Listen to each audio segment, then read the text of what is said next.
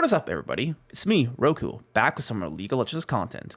The subject of this video is top 5 best top laners you can learn as a low elo top laner in order to start climbing ranks consistently. Now, the thing with these champions is that they're not only easy to learn and they have a lot of carry potential, but they also scale well into the higher ranks. You're not going to be stuck with a champion like Illaoi where you learn her, you're really good at her, but then you get into some of the higher ranks like High Diamond and whatnot, and you realize that Illaoi can't really do much, especially against some of the more modern champs. You just get like completely left in the dust as they fight somewhere else, right? So that's not going to happen with these guys because they are almost always useful. You just got to put in the right amount of work. Anyway, let's just start off with Garen. Obviously, you guys have eyes, so do I think. Garen is notoriously known for being the easiest champion in the game to play. Now, I don't think he's the easiest in the game per se, but for top lane, sure, I'll only to give him that. Garen doesn't take a lot of work to really get into. You don't have to sit there like a Riven player playing 1,000 matches just to master all of his combos. This is the Garen combo. That's basically it, right? There are some tricks you can learn, like, oh, you can use Stridebreaker in the middle of E, or you can use your Q to, cleanse slow. So let's say you're fighting a matchup where your whole objective is to get in, take a trade, and then get out as soon as possible without taking too much damage. So you go in, you do your damage, and then you use your W and your Q, W tenacity and your Q slow cleanse in order to get out of the area as soon as possible. Heal back up, then, repeat. Garen has no, resources in his kit. He doesn't really need mana. He doesn't have mana. He doesn't have energy. All of his abilities are available on demand. And because of his passive, he can stay in lane as long as he wants. This makes Garen a very, very useful champion. And the only difficulty with him is getting out of the initial early laning phase where his passive isn't that strong and where some of his more tough matchups actually do really frighten him to an extent. The main strength of Garen is that he's a very generalist champion. There's a lot that this guy can do. Because we're building a lot of attack speed on him, we're going for Xerxes Greaves, Stridebreaker, and, more reminder in some cases, you're going to have a lot of, you're going to have a very easy time killing turrets because you just stand near them and you chop them away well, if I had my minions there, it would have been a lot faster, but you guys get the idea, right? You kill turrets very quickly because we build attack speed items for our E.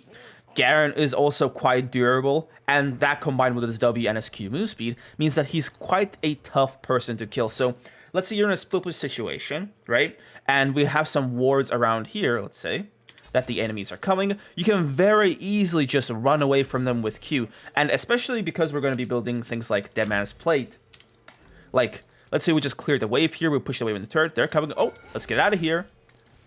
And we are just out, running away with 500-600 move speed because of everything we have under our belt.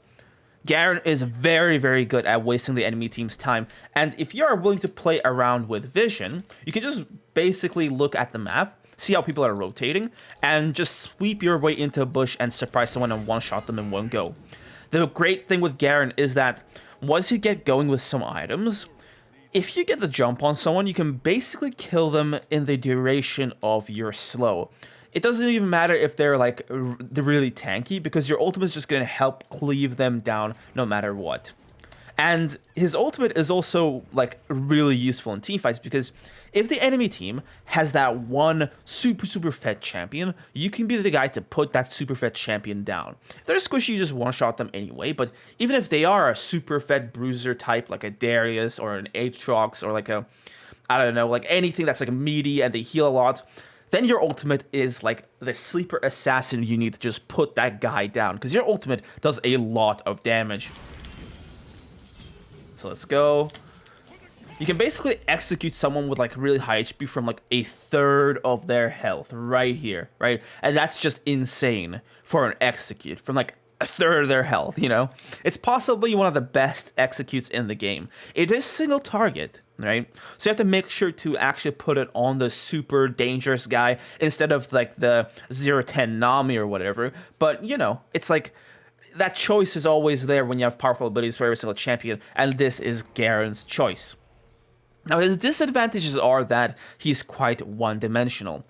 On this list, Garen is the guy who scales into high elo the least, Because basically speaking, in order to climb really fast into the higher ranks, you don't want to be playing a defensive game. You want to be playing an offensive game. You want to learn a lot about a champion and then get a lot of kills like that the enemy person you're fighting wouldn't know are possible, right? Let's say you play Darius a lot, right? You play him really well.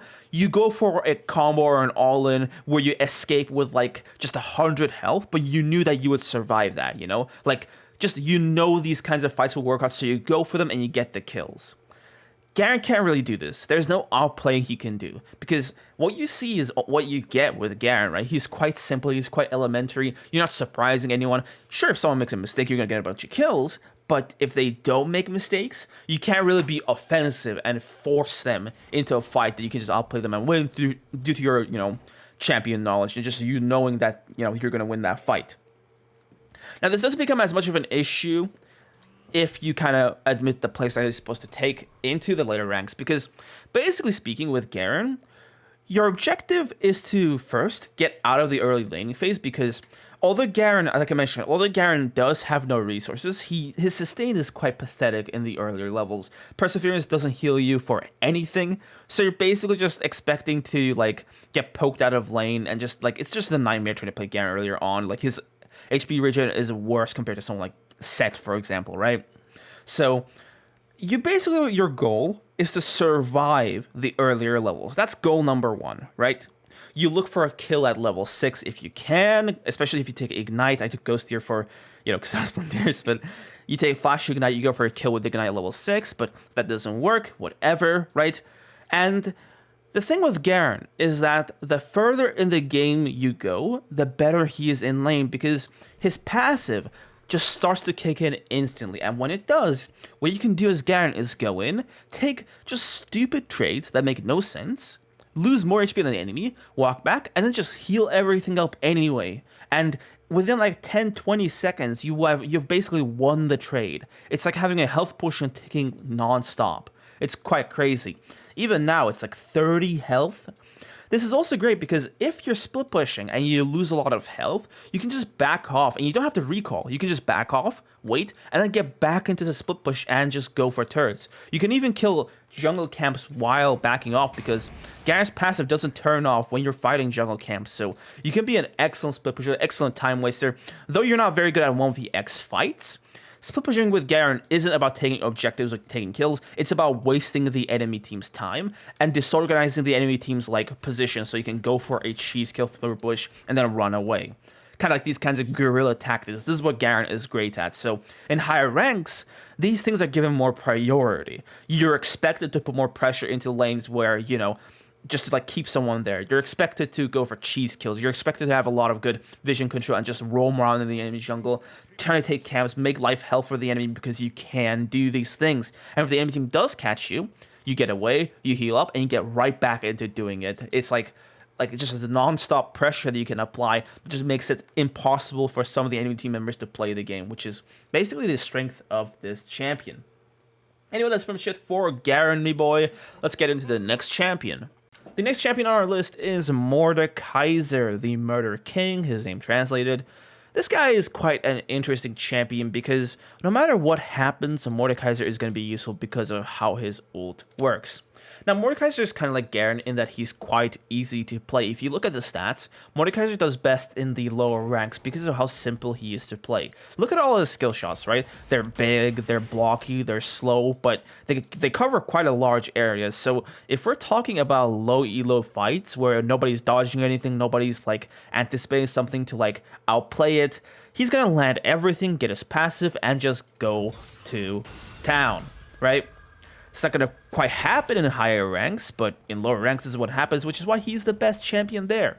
Because of this, right, as a low elo player, you definitely should pick up Mordekaiser, because if you pick it into a matchup that he does really well against, then you're cooking with fire, basically. Because basically speaking, right, Mordekaiser is a champion who needs to scale, if that makes sense. He's not good hyper late game, he's not good early, but he's good after he gets his 6, and he's always good as long as he's buying his items and is fed, if that makes sense. Mordekaiser needs his items to be useful. That's why, like, if you get out of lane super fed and you just buy a bunch of items, you're an absolute team fighting monster. If you get out of lane like 0-5, as long as you're helping out in team fights, you are a big help because Mordekaiser does insanely well in team fights. Not only can it take out one enemy team member from the fight, and this can be someone from as useless as, like, you know, a Lulu or whatever, or maybe that's useful because if the enemy Kog'Maw is allowed just because of that Nunu, you ulting that Lulu just, not Nunu, Lulu. If the enemy Kog'Maw is allowed just because of that Lulu, you ulting that Lulu allows your team to one-shot that Kog'Maw. So it's like, again, it depends on the enemy team you're fighting. Maybe you need to ult the jungler so that your team can secure the Elder. Maybe you're up here trying to end the game, so you ult the weakest enemy team member so that you can just, you know, comfortably hit the Nexus. All these things are like, it's all up to your imagination with the game, right? It's all up to what you think is feasibly possible and is necessary to basically set up an advantageous situation for your team. That's the thing with Mordekaiser too. When you're split pushing at him, right? You're not that great at taking turrets. You're great at, like, you know, clearing waves, but you suck at killing turrets. You suck at escaping from ganks, so you're not like a Garen champion where you can basically waste the enemy team's time. But what you can do in split push situations is guarantee that you kill at least one person, right? So if they send 3-4 people at you, you just ult one of them and you kill them. Because, like, that's what like Mordekaiser is allowed to do. Now, I do not recommend this, right? Because if you get, like, you know, used to dying as Juggernaut champions, you really are going to start being, you know, you're going to start falling behind because not only are you giving gold to someone who can kill you, but you're also, like, making yourself less tanky. I know it sounds silly, but the more you die, the less durable and easier to kill you become, if that makes sense. So, yeah, you don't want to do that. As Mordekaiser, you want to basically just side lane for CS and come with your team together for team fights and just basically wreck house. The main disadvantage of Mordekaiser, as I've alluded to, is that all of his abilities are quite slow and predictable. And this basically leads to him being really bad against a lot of champions in high elo. Like, some of his lane counters just absolutely destroy him. You don't have enough bans for fioras and olafs and stuff like that. And also, in some cases, like, if you're ulting a Zeri, she's gonna just jump over a wall and kill you anyway. So there are some champions in the game that make Mordekaiser's life an absolute nightmare, and the more mobile the game becomes, the worse Mordekaiser is gonna be. But that's not too much of an issue because, again, if you pick him into the right matchup, if you play it properly, if you wait to get your items, you're useful even in the highest of ranks. Mordekaiser is also really useful in earlier skirmishes because he's got a lot of AoE damage, and it's just like a big ball of just, like, death, if that makes sense, right? So if he's in an earlier fight, let's say there's like a bunch of people in here, ally, enemy, like, boom, we pull them both, whatever. It's like you're this circling ball of death, and if the enemies put energy into killing you, this gives your jungler or whoever you're fighting with more breathing space to get in and get some work done and get you guys that easy double kill. So Mordekaiser is very powerful in 2v2 scenarios and skirmishes around the river as well. He just struggles 1v1 against champions who can very easily dodge his abilities, or worse yet, turn his abilities against them, because when you're E and it's against Fiora, she can just Q into you and then riposte stun you for 2 seconds, and that is not good at all. Learn difficulty-wise, I mentioned this, but Mordekaiser basically has none. Now, you do have to get used to ulting people at the right time, so I'd say 50 games-ish, maybe even more, to, like, get used to not ulting people at the bad times.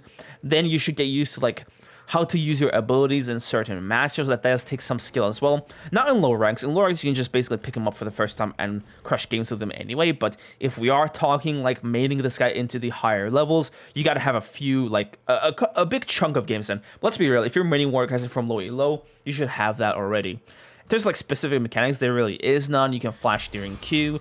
If you're fighting a champion who doesn't have a dash, you can basically guarantee your E hook by you hook and then you ult. What basically happens with this is that your E slows the person Mordekaiser is, like, pointing it at, right? I think it's a 75% slow.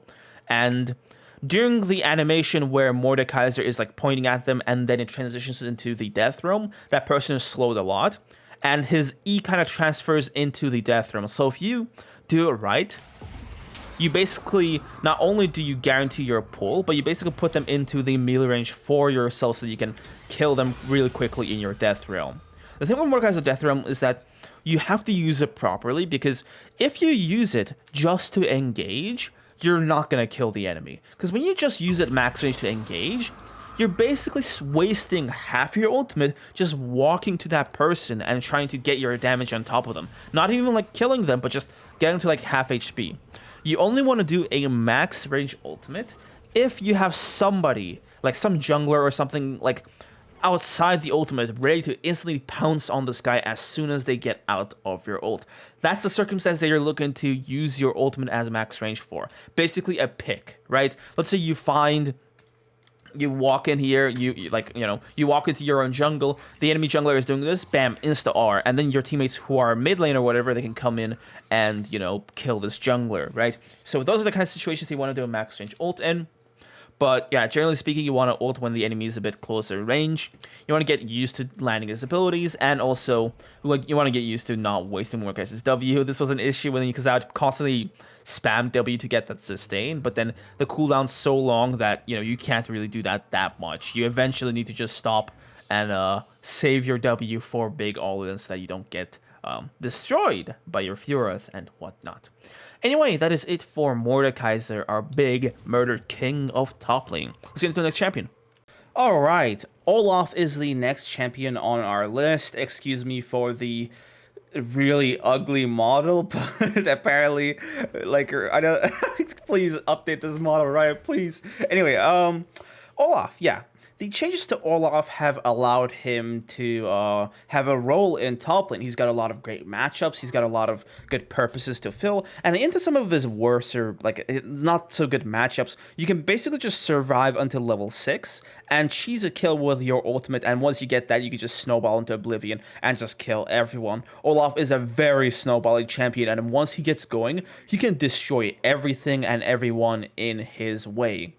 The main advantage of Olaf is that he is just like a complete monster in fights, right? And that's what's going to happen in low elo. Everybody is fighting all the time. And for this kind of thing, Olaf is perfect because not only does he get more dangerous when he's lower HP, but he also gets more lifesteal. So he can basically stay in the fight basically indefinitely. The shield they also gave him, well, you guys can see it because he's high HP right now. Let me get the bam. All right. No one saw that.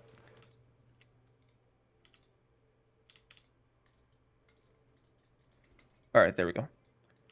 So yeah, like when you're low HP, the shield gets more massive, all the healing gets more. You get a ton of attack speed despite having 0 attack speed items.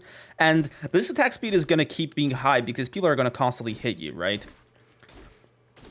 One of the more tough things is just getting used to like throwing his hatchets and landing it on people, not overshooting it, because if you shoot it too far out, you're going to have to pick that up. And that's the main issue that Olaf has in team fights, because what they did was they changed his ultimate from being like a flat 5-second duration to only being 2.5 seconds, but it resets every time he hits someone with an auto attack or an E, right? So this means that if you're up against champions who can cross walls easily, you're going to be in big trouble because Olaf has no means to cross walls. Sure, you can flash once, but that's it. That's once per 5 minutes, and that's not enough for like a full-on fight, man. Like, it's just not going to be enough to keep you going. So, like, if you're fighting like a Zarya or something, or a Janna, or like a champion who can just cross walls like a Kayn, then you are basically not even a threat to them. But if you are fighting less mobile champions, fighting like backliners or whatever, if you're fighting more meaty melee champions who just go in and stay in, then you are in business. Because a lot of the champions that do go in and rely on CC to basically crowd control the champions around them, to stun them long enough to do their own damage, get their own healing, whatever, and fighting to their win conditions. But guess who's immune to CC? So you can just pop this and basically go ham on anybody willing to step in your face and just destroy them. Now, the one thing you're going to learn on Olaf is basically how to survive until level 6. As I alluded to earlier, Olaf has a lot of good matchups, but he also has a lot of matchups where he just gets completely destroyed pre-6. A lot of champions just completely outrange him, and what basically happens is that if you try to interact with the minions in lane, you're gonna basically get poked out by whoever is in that lane, like by an Aatrox or whatever. They're just gonna poke you out with their abilities and get away before you can do anything to them. This is especially the case for champions who have ways to basically knock you back, and like also dash themselves away to put some good distance between you and them. That's just a disengage that you can't do anything against. And if you land your hatchet, it's just way too big a distance, so you can't even keep up with them, right? Now, that issue just goes away into nothingness the second you hit level 6. That Jace who's knocking you back, he can't do anything now. So the second you land a hatchet, it's game on. You just run at him and basically turn him into cat food. It's just really crazy that, like, it's one of the champions where his ultimate is just a huge power spike. Not because of like some crazy damage it does like Wukong or whatever, but just because it fundamentally changes the character and allows him to do what he is good at. He is also really crazy good in fights around Baron and stuff where everything's a mess. Nobody knows what they're doing. He's great in fights in the jungle where there's not really much space to move around. This is a double-edged sword, of course, because if you pick him into some of the champions he sucks against, fighting in the jungle is really bad because there are lots of walls to jump. But if he's good, if he's fighting champions where like they can't cross walls and stuff, then this is where Olaf, goes to town, man. Because look at how much space they have to dodge things or move around. It's absolutely nothing. So if somebody's up against this wall right here, let's say like someone's looking against this wall like this, they basically have no place to dodge your hatches. So you could just like throw let me just get the cooldowns. So you can throw like a bit out like that, and you're basically hitting them guaranteed unless they foresee it and just like juke that way or something, Obviously, every skill shot can be juked somehow, but when they're up against the wall, just the chances of it happening are very, very tiny.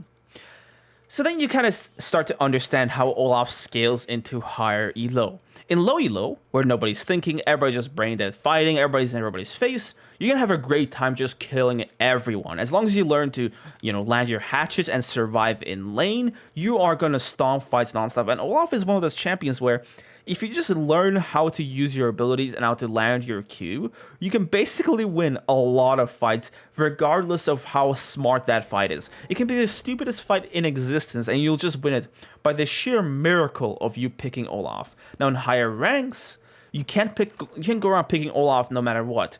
You gotta only pick him into games, teams, and matches where people can't quite easily get away from you. That's like the key to having Olaf in your champion pool. But regardless of that fact, Olaf is still one of the best top laners in the game right now. Well, he's not S tier, but he's a solid A tier, maybe an A+ tier according to some people.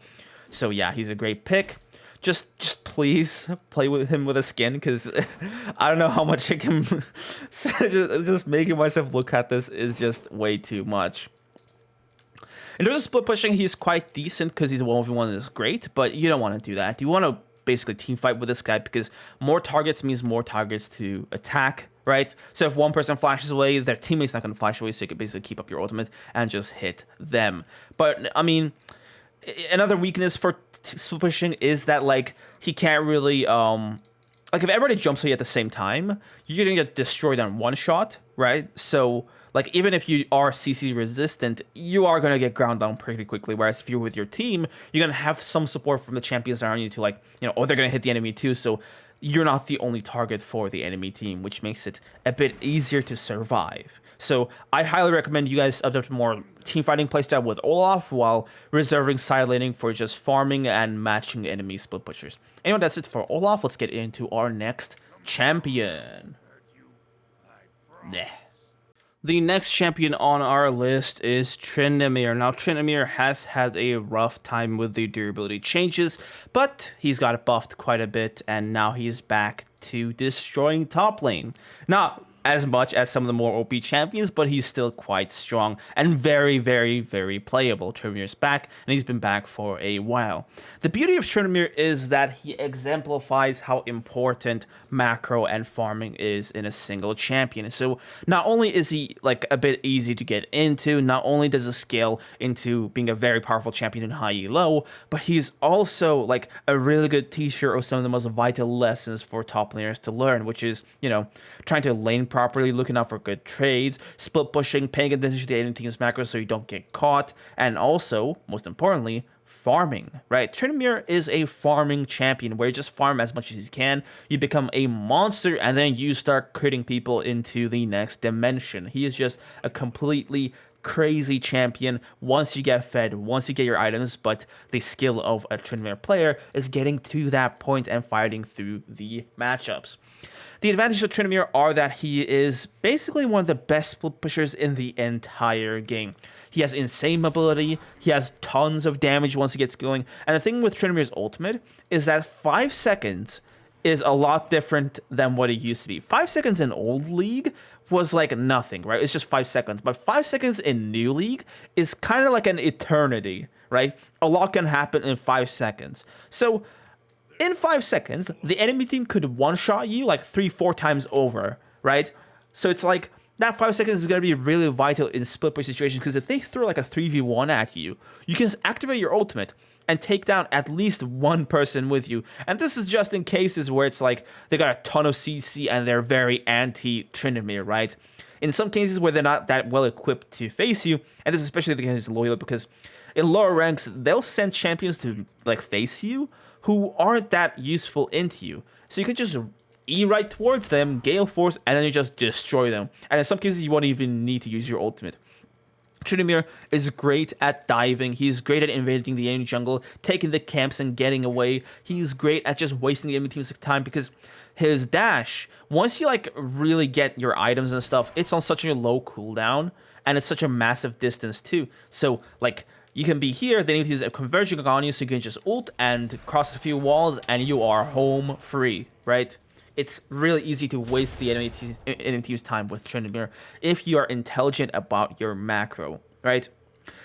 I wouldn't say there are too many weaknesses to Trinity, honestly. One of them is that he is not that great in teamfights. Teamfights are where Trinity really struggles because, basically speaking, right, CC is the ultimate enemy of Trinity. He doesn't have any big AoE abilities. He can't really throw things out like an Aatrox or whatever, or like an Olaf where he throws a skill shot and then, you know, gets into the fight because of that. He has no range at all. Now, you might say that, oh, his W, you know, he can slow people down, but we're talking like a team fight where you're fighting multiple champions. The only thing you can do to get to a champion is dash to them with your E, and then you can start damaging them. You have to be in melee range to damage people.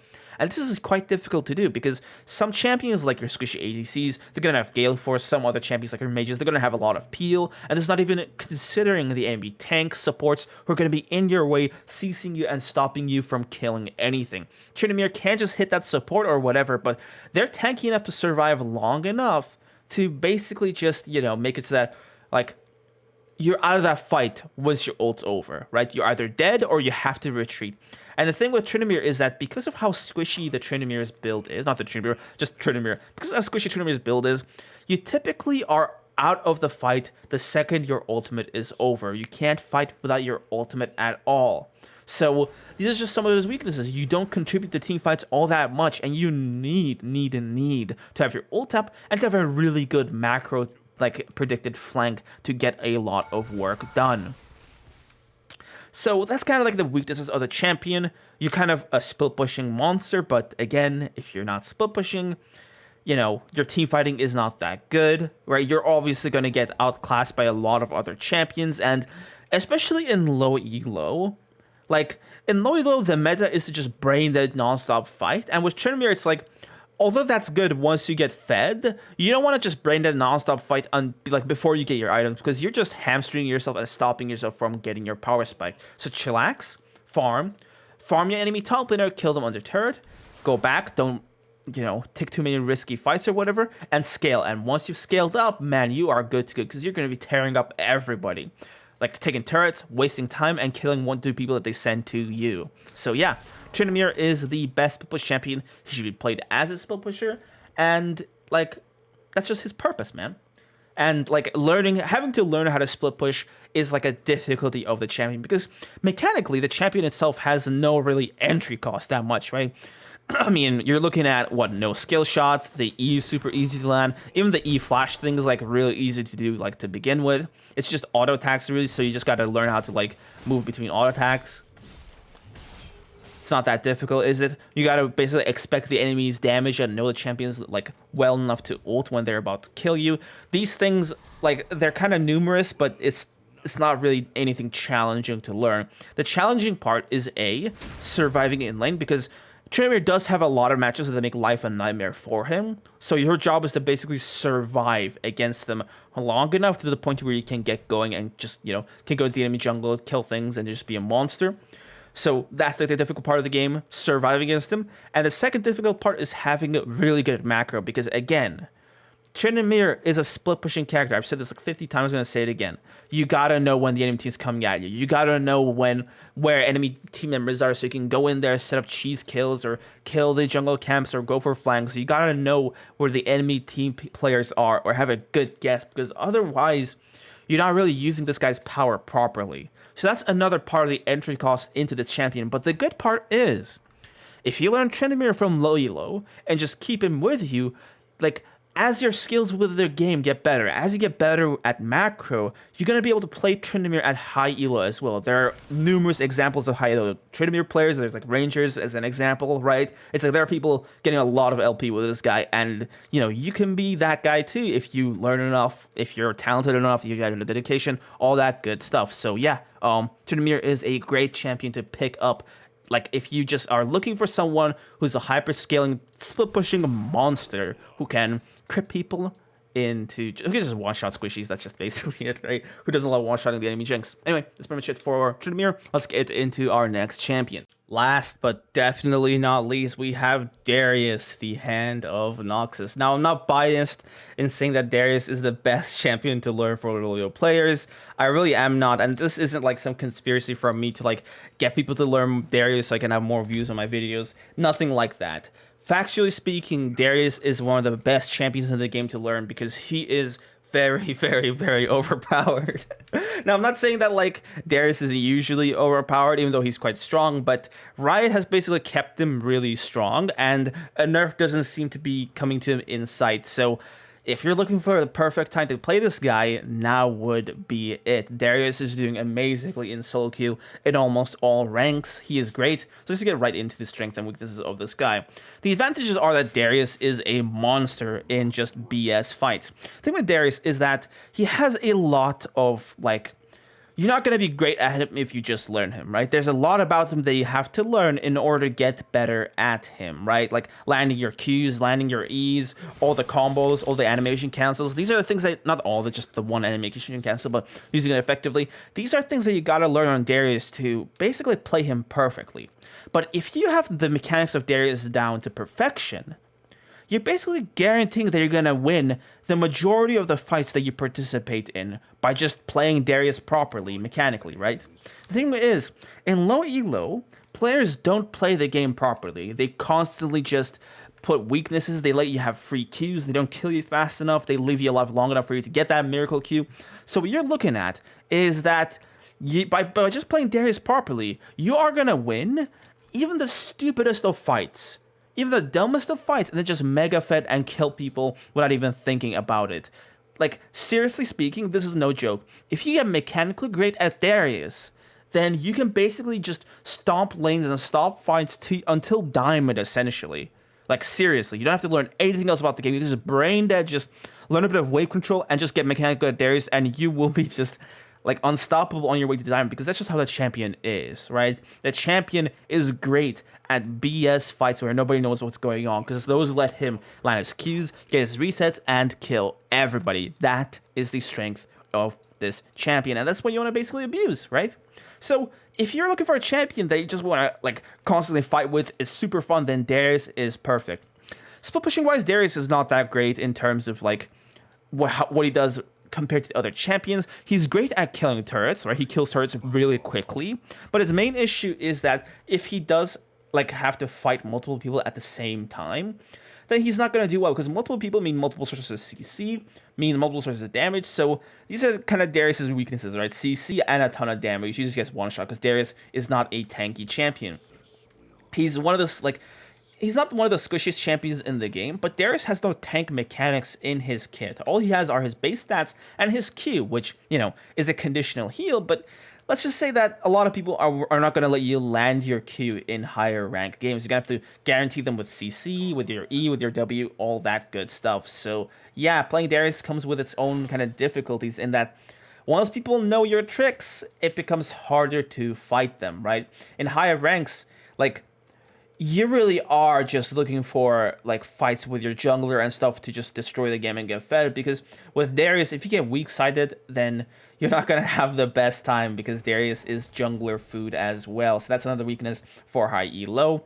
But like, those weaknesses are nothing near enough to outweigh his strength. Darius is also amazing in high elo, because if you just get that reset off on him, you can just miraculously win a fight out of nowhere and just lead your team to victory, because that fight's going to give gold for everybody else on your team to start scaling and start getting some work done, right? Darius is amazing, amazing, amazing, amazing. If you are the only carry as Darius, then you might not be able to like win the game alone, because unless you're super fed, then even if you kill the enemy team once in a team fight, it's like, damn, you just surprised it, but now they're going to focus you and you're going to be their next target and they'll kill you real quickly. So yeah, and you got to also make sure to fight only with your summoner spells so that you don't, you're not a turtle, right? Because Darius is pretty much reliant on his summoner spells to get anything done in fights.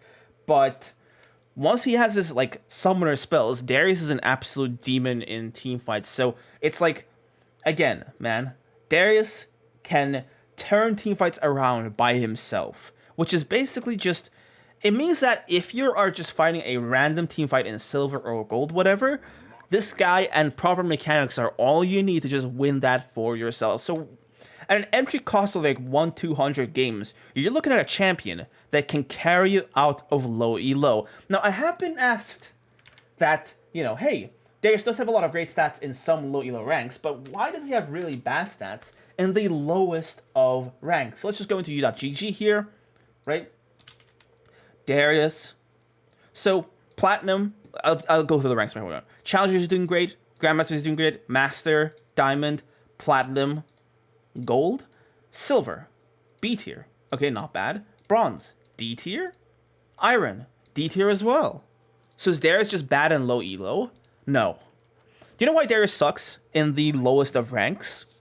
Because those players that play him at those ranks have just gotten their hands on Darius. They've not learned him yet. Do you know where their players are who've learned Darius? They're not at these low elo ranks anymore. So if you as a player, as a silver player, learn Darius enough, you are not going to be silver anymore, because Darius is a champion that can single-handedly get you out of low elo. He's one of the champions of the game that like is like the easiest to get into diamond initially with, because of like, you know, how just good at fighting, like how bad at fighting low players are, I should say, right? But yeah. Anyway, guys, that's pretty much it for this video. I'll see you in the next one. Peace out.